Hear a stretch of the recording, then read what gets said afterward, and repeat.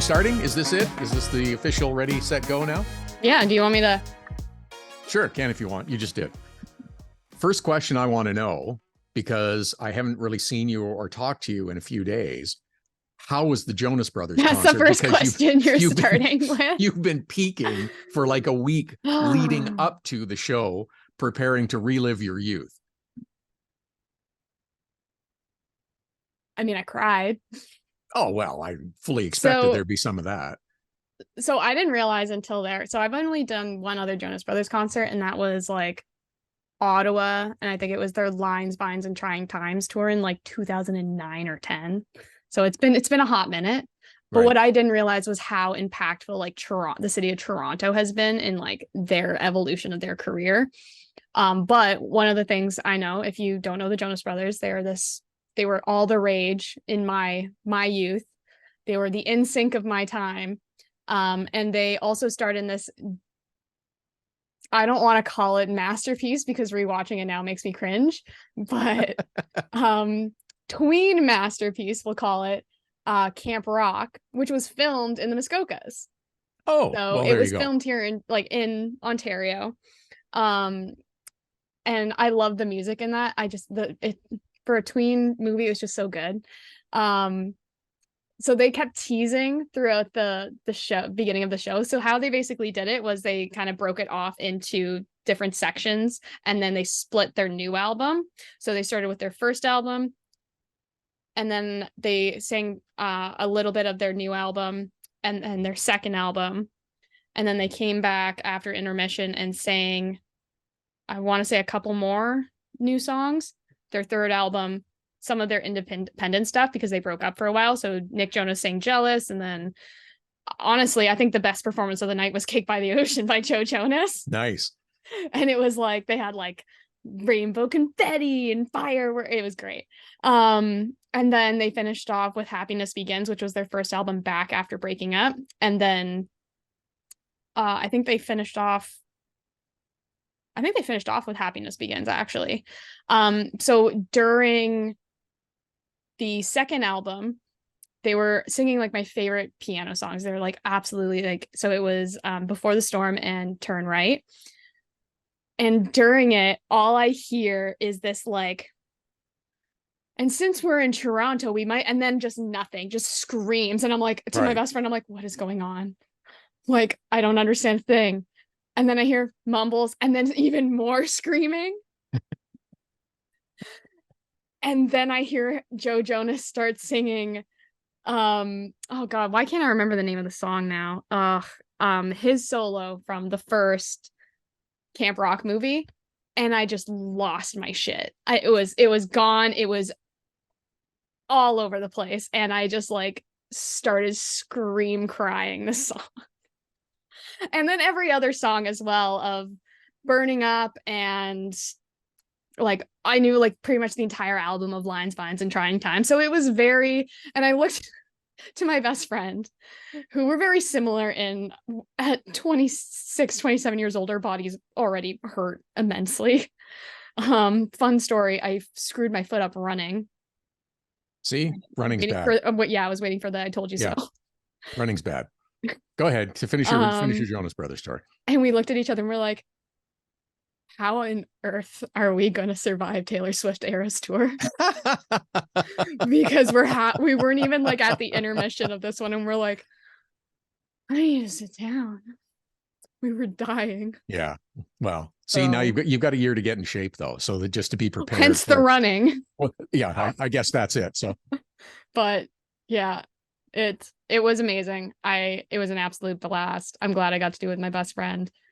And we're back on the Racin It Out podcast. There was a brief respite there while I went to calm down my dog, Larry, who does not like having things delivered to the house, be it postal service, any couriers, DoorDash, whatever.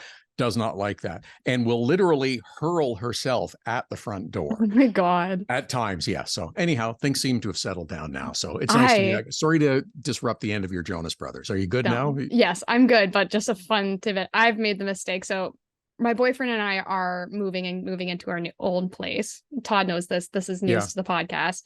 And we've decided, and Todd disagrees with me highly, we've decided that we're going to get a cat. Yeah. When we so pleased. We decide we're going to get a cat when we get our own place. I made the mistake of going on to Toronto Cat Rescue the other day. Oh no. Oh no. You haven't got the place yet. You haven't. We haven't even packed a single box. I know this is out of order in terms of the operations. Move, get settled, then start looking. And you should get a dog, not a cat. But that's my personal. But funny enough, opinion. so Todd and I were talking about like the crazy stressors I've already had with like our real estate agent just trying to find a place and like how like intense it's going to be. He actually said any kind of pet is like you've limited your choices to like 10% of the population, 10% of like available units.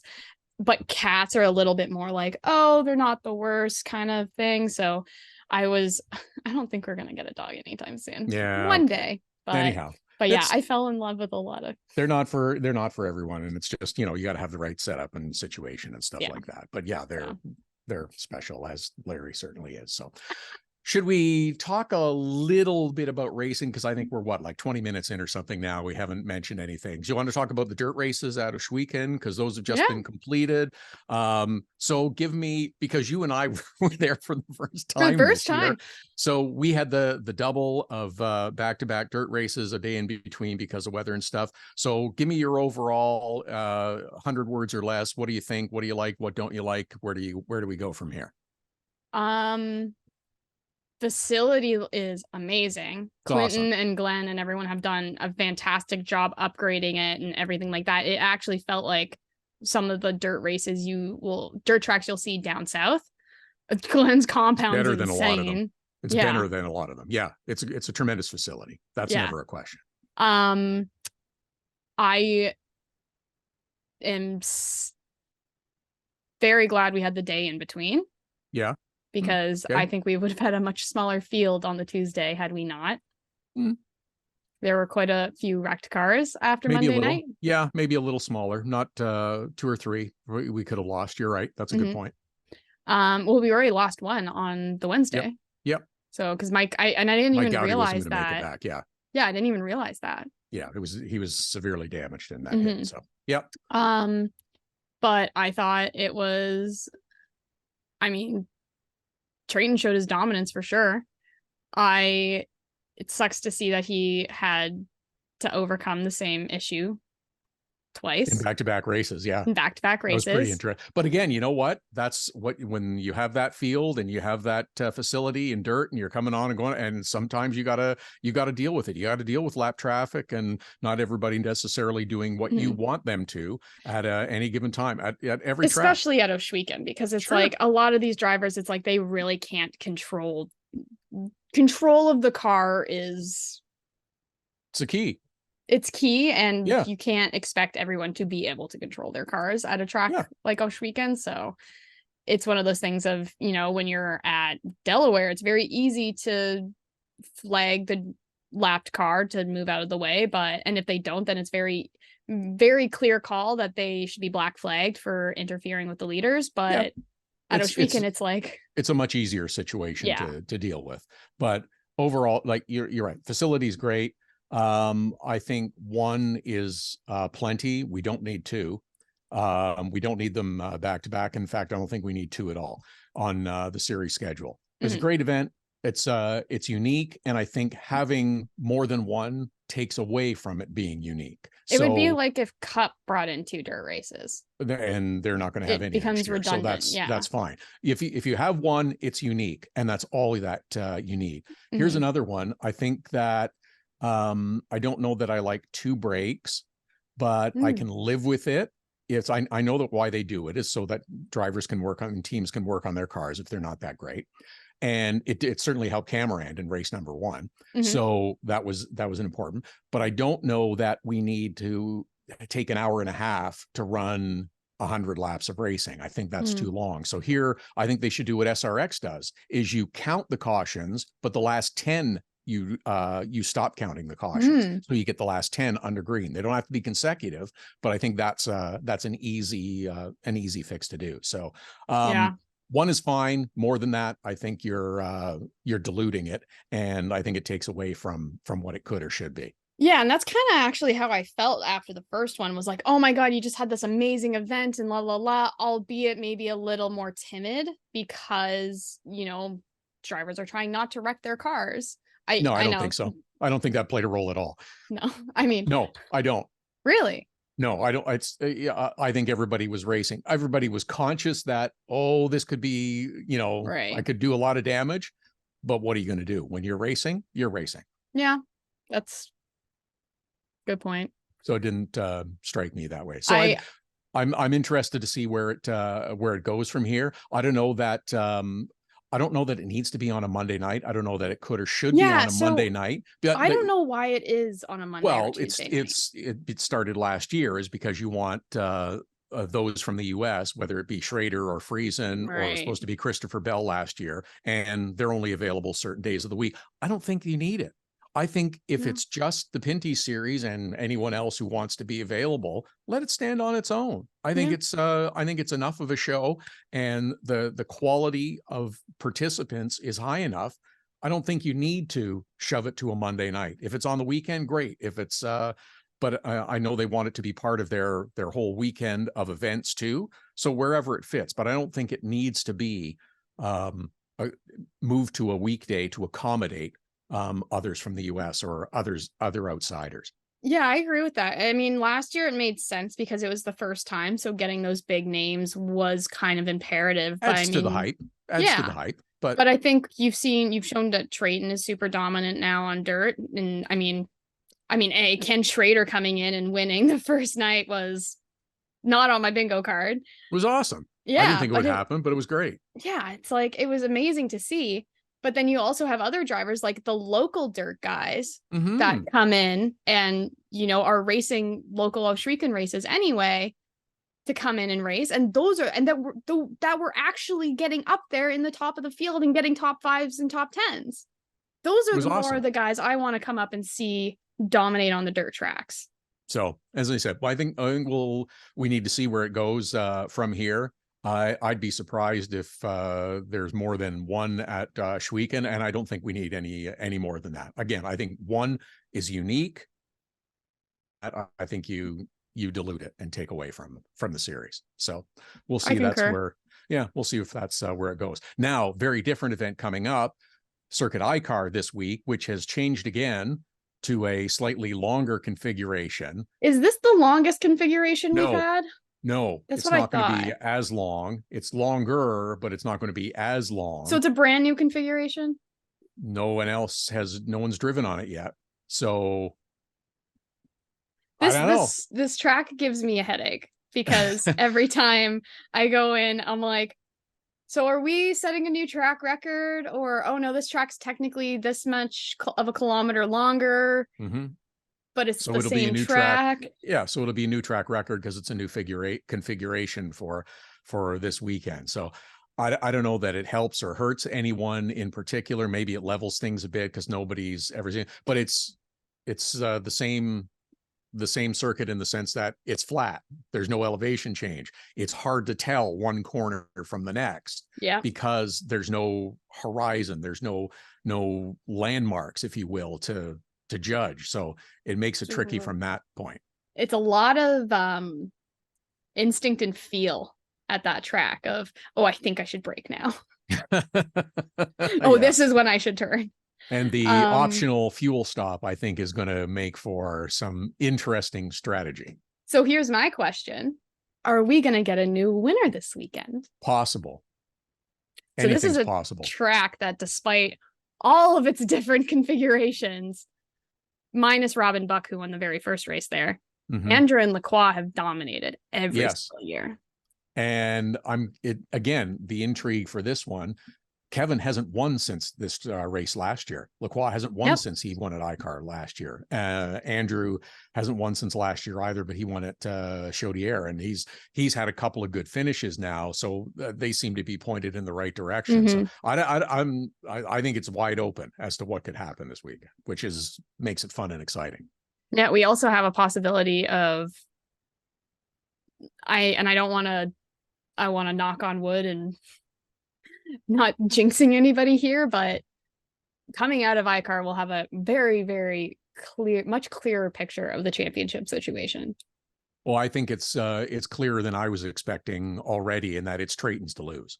Mm-hmm. And it's, I did the scenarios, and it is very, if Trayton finishes last and Cameron wins with the right amount of, like, the max amount of points, there'll be a 13-point gap.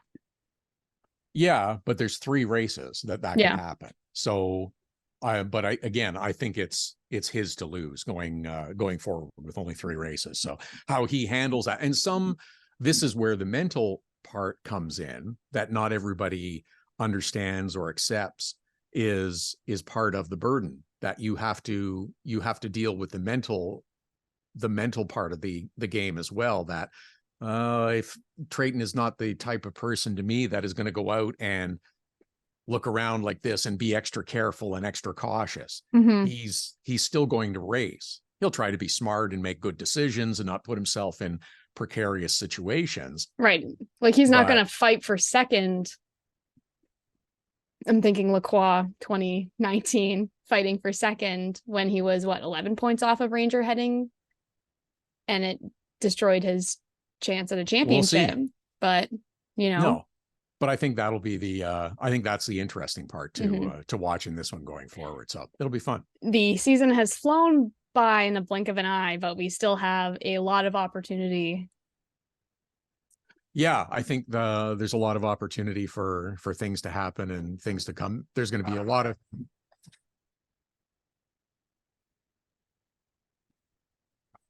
Hi, Larry.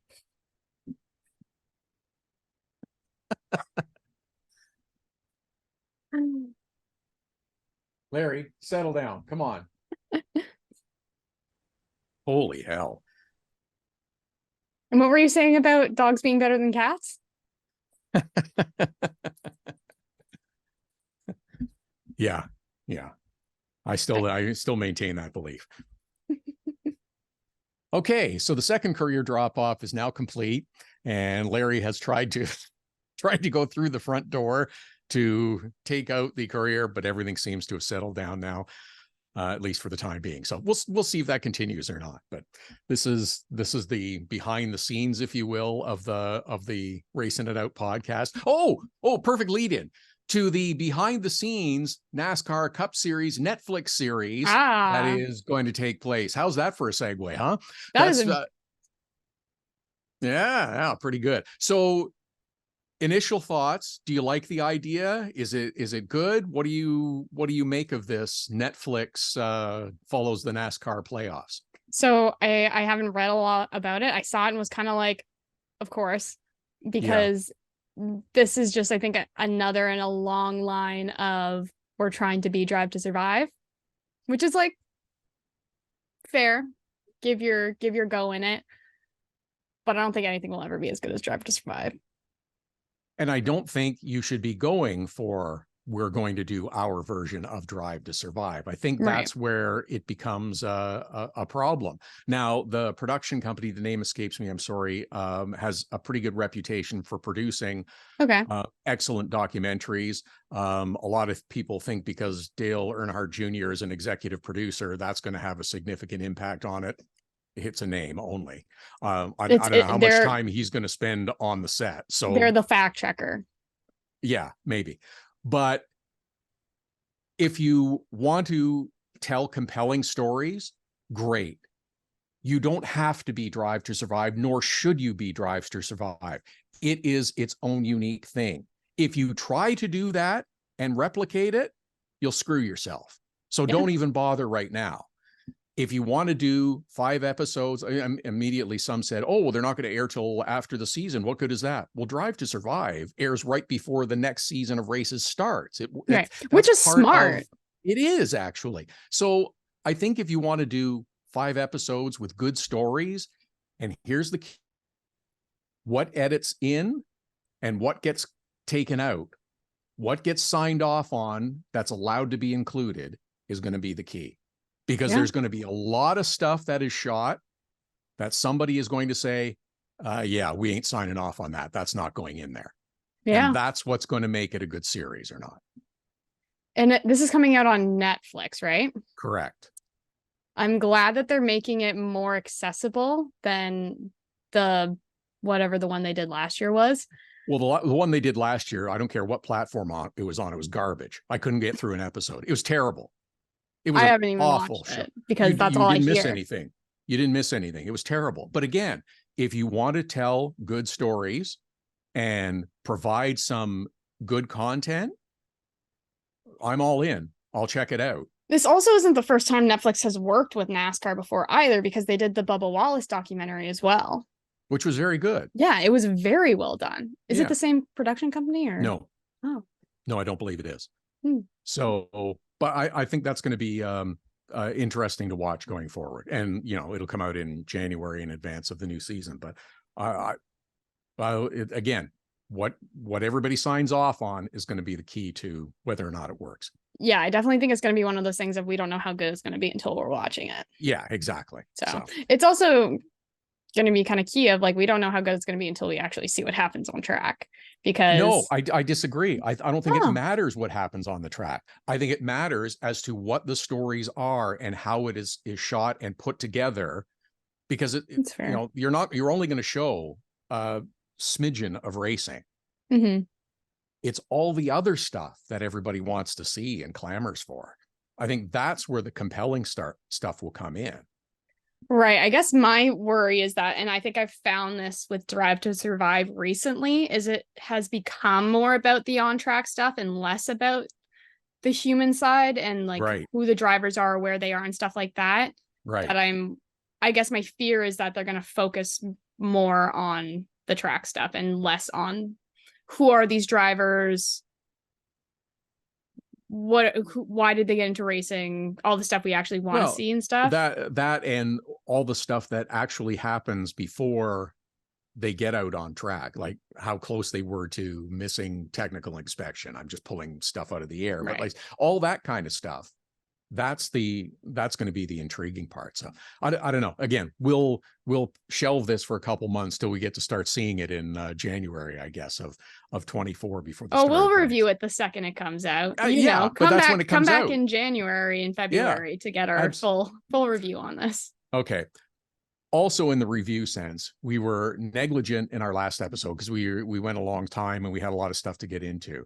We got to get to some food stuff in this episode because we haven't done that yet. So my first one, I'm just going to throw it out, is because it goes back as far as Toronto Indy weekend, because I don't think I mentioned it in any of the previous episodes, was Burger Drop, which is a burger place, smash burger, just outside the CNE in Liberty Village.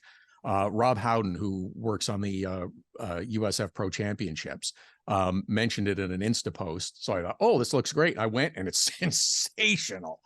Great burgers, really good. I've been following this person on TikTok that has been going to like different chefs in Toronto and being like, what's your favorite hidden gem? What's your favorite pizza place? What's your favorite that? I shit you not, 95% of the time when he goes favorite burger, it's Burger Drops. So awesome. I have to go at some point. I'm going to try and convince my boyfriend. So because we do our Frisbee down in Liberty Village, I'm going to try and convince him to go after our next Frisbee game.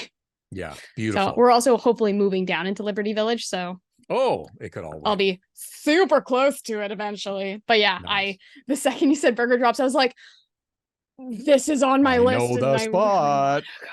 Yeah, it's really good. It's really good. So, okay. I don't think I have any from Toronto, but I'm trying to think back. Did I? So where did we go? We tried to go to Figo, which if I didn't mention this before, I'm pretty sure I did mention this in our episode before Toronto. Figo. Oh yeah, because I did the whole Hamilton review. So yeah. Right. Figo, gotta go. Okay. I don't think I went anywhere new Toronto weekend, but heading out west, I gotta give a shout out to the casino out by the Edmonton airport again, because once again, fabulous food. Super good. I got their I want to say it was like their sweet chili chicken noodle bowl. Yeah. So good. We got to check this place out. Where did we go in Edmonton? Chop. We went for steak first night when we were in Edmonton. It was great. Really good. Nice. They make an awesome Greyhound, by the way. If you like vodka and grapefruit juice, it's tremendous. I'm not a vodka person. I drank too much of it in college. Yeah, everybody's got one of those, you know. It's like, well, I'm not They're drinking that ever alcohol again. aversion. Everybody's got one that's like, yeah, I can't drink that. No, I have horror stories, which maybe I will tell you my vodka horror story. Okay. Not on this podcast. Okay, fair enough. All right. Mine's Southern Comfort. Fair. Mine's vodka and Fireball, but for different reasons. I just hate cinnamon hearts, and I think Fireball tastes too much like cinnamon hearts. Okay. So that's good.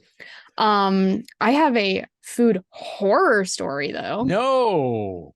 So the hotel, and I'm not going to mention the hotel or the restaurant, right? Even though I probably should. The restaurant in our hotel in Edmonton, we got there after the race on Saturday. Olivia and I sit down, we're working, and I'm like, I'm going to get chicken wings. It's high protein, which is what I feel like I need. And I just need something that's going to fill me up and is quick and easy to eat. So I got chicken wings. She brings them out and I start eating them. The sauce is amazing. Tastes great. But I'm eating them and I'm like, these are a little, how do I put this? Metallic is how I'll put this. Okay. Like, oh, these don't really taste meaty. They taste metallic. So I'm looking at them and the bone's red. And I'm like, okay, now I know that there are certain brands of chicken wings where you, for whatever reason, whether it's dyes, anything in there, they just always have a reddish bone. So we eat another one, still kind of metallic. And as I'm eating these and I'm like checking in and making sure it's not raw. And it's super dark in this restaurant. I can't really tell, but I'm like, you know what? It's not super imperative. I bite into the third one and just on the texture alone, I immediately spit it back out and I look at the bone. Completely raw. Yeah, that's not good. So I flag over the waitress and I'm like, I'm so sorry, because this is the type of person I am. I'm so sorry, but it's completely raw. And she's like, oh no, if it's the bone, it's just like it's the exact same thing. I'm like, no. Yeah. It's raw. I swear to God, it is completely raw. And then she looked at it. I even turned on my phone light and she's like, oh no, yeah, that's raw. And I'm like, yeah. Nobody likes rare chicken. Nobody likes rare chicken. Yeah. Took it back to and everything. And then she came out, put it back in the fryer or whatever, was fine from there on out. But what irked me was that she charged me full price for it. Ooh. I'm like, ma'am, you served me. And because she ate too many of them. But I'm like, because it's the people pleasing mentality and it's late and I'm tired. I'm just like, whatever. Yeah. But I'm like, ma'am, you served me raw chicken wings. And then compared that to the fact that in Calgary, when Matt and I were catching our flight, we went to Chili's and I'd already eaten breakfast that morning. So I ordered a margarita and I ordered a strawberry margarita because woohoo, airports. And they comped my entire thing because they didn't give me a strawberry margarita. They just gave me a regular margarita. And I'm like, I was fine either way. I really didn't care. And she's like, no, you asked for strawberry and we just didn't do it. And so I got a free $15 margarita. There you go. That's nice. So I'm like, okay, but just vast contrast. Yeah, absolutely. The chicken wings at the Shark Club in Saskatoon are always very good because we eat them late at night after the race. Yes. Yeah, really good. Also in Saskatoon, the margaritas, because you and I were part of a group that went to Blanco. Oh, yes. Mexican food, remember? And had pictures of margaritas. Oh, those margaritas were They were good. I like the peach one too. It's got to be really cold though. It's got lots of ice, super cold. But peach is one of those flavors where it's got to be. It can't be warm, otherwise it just tastes sour and colder the better. In your colder the better. But Winston's in Saskatoon as well, which was recommended to me by a friend. Which, of all the things in the world, I had again met through Jam. This is the second time this has happened to me through a Jam. Jam is the sports league I go through in Toronto for all my sports. Yeah. Knows the Fellows family. Of course. She's the marketing manager for Chevrolet Canada. Nice. I'm like, what are the chances? But yeah, she used to live in Saskatoon, and she was the one that gave me like that giant list of restaurant Here's recommendations. places to go. Yeah. Oh, good. The cider and the wings at Winston's downtown, phenomenal. I will mention another place that we went to in Edmonton called the Marble Slab Creamery, where we had Never been to a ice. Marble Slab. No, I'd never been before. We had ice cream cones this big. They were awesome. You've never been to a Marble Slab Creamery? No. There's one in Toronto, down at the by the Eaton Center. No. Anyhow, No, I've eaten lots of ice cream in my life, but no, it was like, oh, this is great. And it's like, mix it up, and it's like, yeah, I want salted caramel crunchy things or whatever. Yeah, sure, mix it up, and it's just. I think it's the best ice really cream good. Concept ever. It's amazing. Every time I see a Marble Slab, I'm like, I just want to go because it's just so unique and different. Yeah. So yeah, very solid ice cream. So okay. GP3R. Oh, yes. Well, GP3R is a tradition which we were reminded of when we went out for dinner on Saturday night to Angeline's, because we have been going there for, I don't know, 10 years, 20 years or something, going back to the previous days of NASCAR. And talking with the owners there, and Joel, our producer, mentions it, and we got talking, and she sent over limoncello for everyone. It was awesome. It was really nice. Oh, nice. Oh yeah, it's the food sensational with, pasta, pizza, calzone, anything that you want. But yeah, it's awesome. So it's a tradition. We always go there. My favorite place to go there is Le Grill and Angeline's. Angeline's is my favorite. I didn't get to go last year. This past year. I wish I had, because I wish I had gone there over Au Centre, because Au Centre, I ordered a French onion soup, which we know is one of my favorite things in the world. Yes. And I knew from the first bite that it was either boxed or whatever, because it tasted straight cinnamon.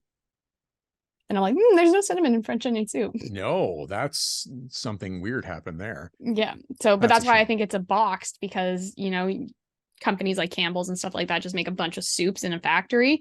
And then the aromas and the flavors of other soups can typically end up in other soups, which is why you always get that may contain whatever on your stuff. Yes. So I'm like, that's a boxed soup. So I had to send it back, because I'm like, I'm not eating that. No, you did the right thing. Right thing. Raw chicken wings and cinnamon onion I've soup. had actually a rough month of food. I got food poisoning after Ohsweken from, I think, Wendy's, because of course.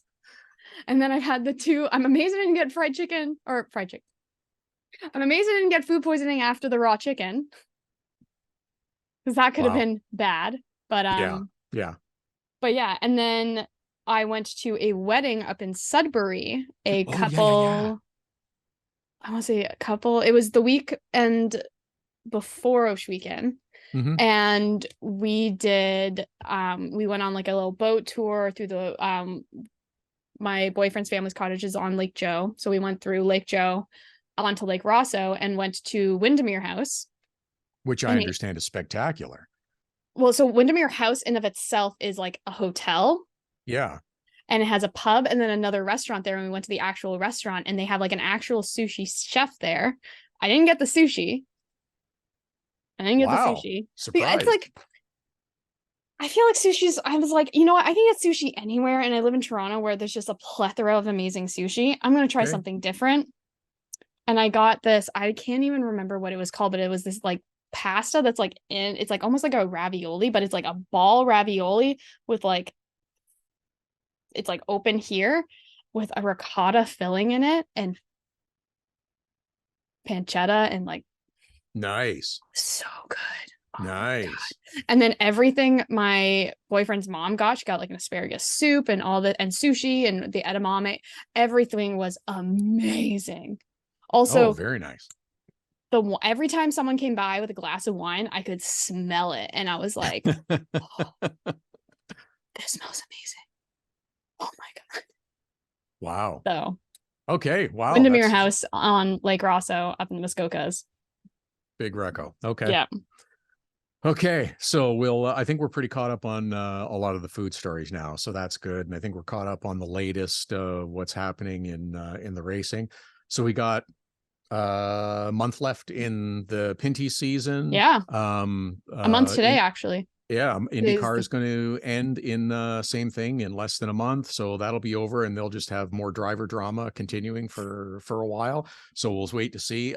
Then we got the Netflix show that's happening with NASCAR, so lots to come.